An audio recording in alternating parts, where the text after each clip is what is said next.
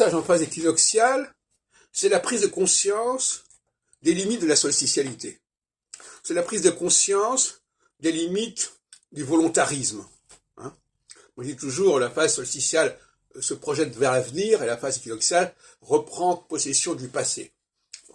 Alors, à un moment donné, on s'aperçoit que l'homme est impuissant ou est devenu impuissant pour régler les problèmes, qu'il est pris dans ses usines à gaz, qu'il est pris dans toute cette diversification infinie et irresponsable.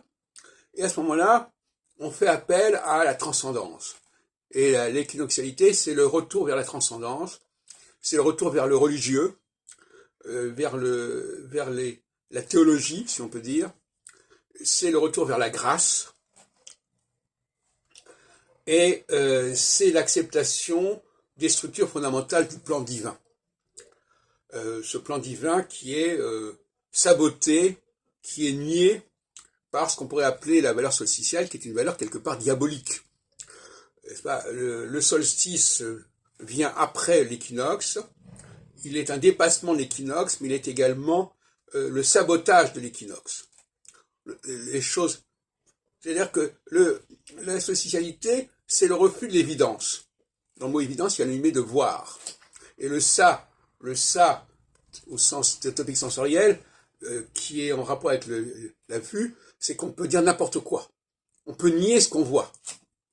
Donc on est dans le déni de ce qui est évident, de ce qui est donné à voir, et on construit par-dessus, on met des masques, c'est le bal masqué, et évidemment, il y a un moment où ça ne fonctionne plus.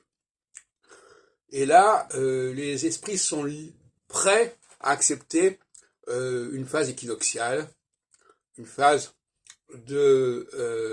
où les choses viennent d'en haut. Hein. Et inversement, en fin de phase équinoxiale, c'est-à-dire il y a 7 ans, ou maintenant dans 7 ans, on s'aperçoit que l'on ne peut pas constamment dépendre de ce qui vient d'en haut, du ruissellement, etc. Et il faut soi-même construire des choses, élaborer des choses. La phase équinoxiale, quelque part, est une déconstruction de ce qui a été construit. Et la phase solsticiale est un déni de réalité.